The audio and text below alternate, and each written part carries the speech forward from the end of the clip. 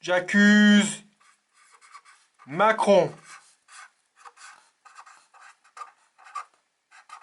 son gouvernement et tous les pseudo-experts. Et je demande qu'ils soient jugés par les Français pour les conséquences de leurs actes. Assez bizarrement, on est rentré dans le confinement avec un certain nombre de cas, détectés, un certain nombre de personnes en réanimation, un certain nombre de personnes qui en étaient morts. Et maintenant, à la sortie en mai par rapport à mars, on risque d'assortir avec un nombre de cas par jour supérieur, avec un nombre de personnes qui arrivent en réanimation par jour supérieur, et avec un nombre de morts qui soit lui aussi supérieur à l'entrée en confinement. Et on nous dit « Oh, mais bon, c'est le moment de sortir en confinement ». Alors, moi, la question qu'on peut se poser, c'est quels sont les critères?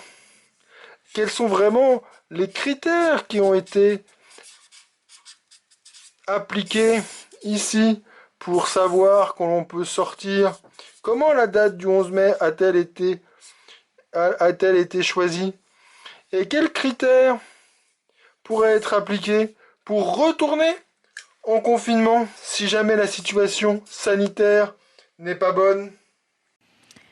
Deux questions pour le généraliste. La DGS va-t-elle établir un critère épidémiologique permettant d'établir le déconfinement comme possible le 11 mai, un critère sur le nombre de nouveaux cas de Covid par jour ou le nombre de nouvelles hospitalisations ou un autre critère?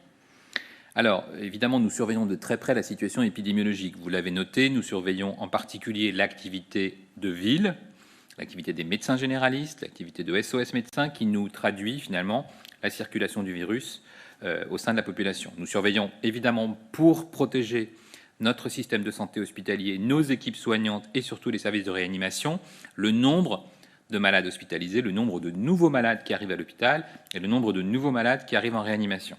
Donc tout ça est évidemment des critères d'observation, des critères évidemment très importants pour préparer notre système de santé à la sortie du déconfinement qui est prévue par le président de la République le 11 mai. Et nous allons aussi évidemment être très attentifs à l'activité de l'ensemble des professionnels de santé pour permettre à toutes les régions de se préparer dans les meilleures conditions à cette étape importante pour tous les Français.